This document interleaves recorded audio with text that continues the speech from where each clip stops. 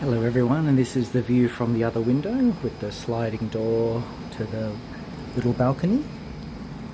I'm not afraid of heights, but it still scares me to stand on this thing. Okay. Yeah, the forecast, oh yeah, I can hear the raindrops now. Yeah, I've got an umbrella with me, so that's pretty good.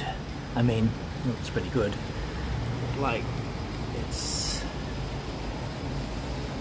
preferable that it's not raining, but that's the way it goes. Kind of reminds me of the Melbourne weather. The 4 seasons in one day.